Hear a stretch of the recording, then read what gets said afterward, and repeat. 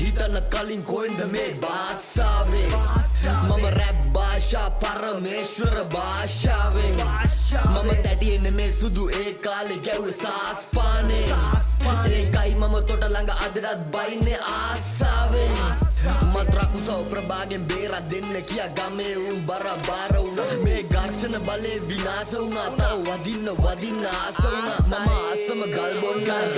මගේ view එක නිතර විකාර වුණා පොඩි අකුරු ගොඩක් විශාල වුණා මම උඹලා වෙනුවෙන්ම පාල වුණා ගංජා ගැට තිබ්බා හිර ගැට තිබ්බා මේ සමාජෙ දැක්ක විසට තිත තිබ්බා වාසනාව මගේ ඇතිලිය ඉබ්බා කුමරි කලම්බ බිම දාම්මන් ඉම්බා උඹලගේ රැප් ක්‍රෝධෙට බරයි මේ ප්‍රභාගේ රැප් විනෝදෙට බරයි කැත හැබැයි බීම් මේ ලෝකෙට බරයි මන් ඩිස් කරොත් නම් මුළු ලෝකෙම බලයි මේ ලෝකෙම අඬයි මම රැප් නැවැත්තුවොත් ඒ රැප් හුකම්පාල් ඉතිහාසෙට ගත වුණ කොට ළඟ තැටි යන අඩල් සිසු පැණි කොරා ගාපු දවසක සමාජෙන් තීරණ ගෙනෙයි ප්‍රභාගේ අපට හරි කෙනා ආපු මම හොරෙක් හුද්දෝ